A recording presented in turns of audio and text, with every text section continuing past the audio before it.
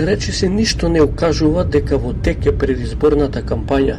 Ги нема вообичаените билборди, висечки надписи и постери со ликовите на кандидатите за градоначалници или советници, додека се движите од Тетово преку регионалниот пат низ неколкуте села кои се дел од општина Боговиње.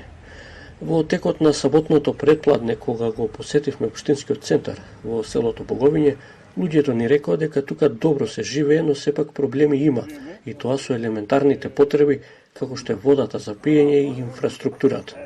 Мислам дека општината Боговиње од претходните градоначалници има померување на подобрите услови за живот, нормално асфалтирање, има нови улици, многу други работи што се направени, но сепак најголемиот проблем во општината се гледа и дека е недостаток на вода. Например, во Боговиње сега има рестрикција на вода веќе 3-4 години, иако претходно немаше таков проблем, но тоа е господова рака, значи тој извор што го имавме ние добар веќе пресуши и сега треба нови алтернативи да се најдат за вода. Вода код нас не еве, веќе код нас е недостај вода.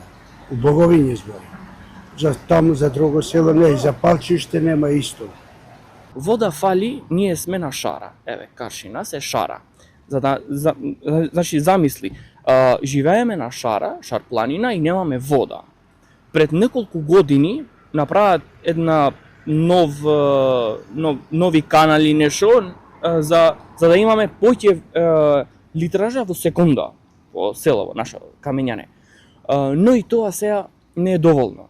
Потребно е зголемување на канализационата мрежа, асфалтирање нови улици, справување со градежниот отпад, дивите депонии и слично. Со ова, руралното подрачје ќе биде подобро место за живеење, велат мештаните. Сега што пали, све пали. Џаба да кажем. Не. Најдобри, нек победи за градоначалник, тоа е здраве.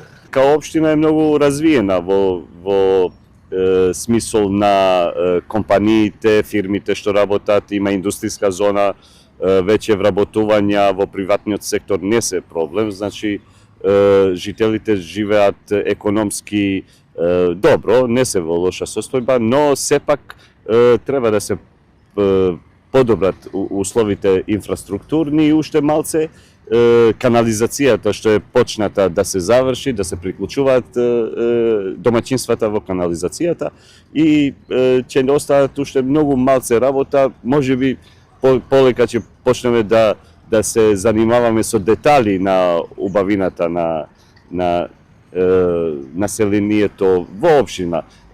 Нормално треба да се најде и решение за овие тврди отпади што се, зашто многу се гради и тие тврдите отпади имаат проблеми и се фрлаат на некои места што не треба да се фрлаат. Треба мало да се поправи и патиште, пошто се искршили сад со ове канализациите што направи. Треба да се поправи мало, а иначе добро. Општина Боговиње има голем број, дури 16 села. Мештаните се надеваат дека општината во иднина што повеќе ќе ја користи и местоположбата на селата кои се наоѓаат на средина од автопатот Тетово-Гостивар и има неколку директни приклучоци, па тоа ќе биде основа за уште поголем општествен и економски развој.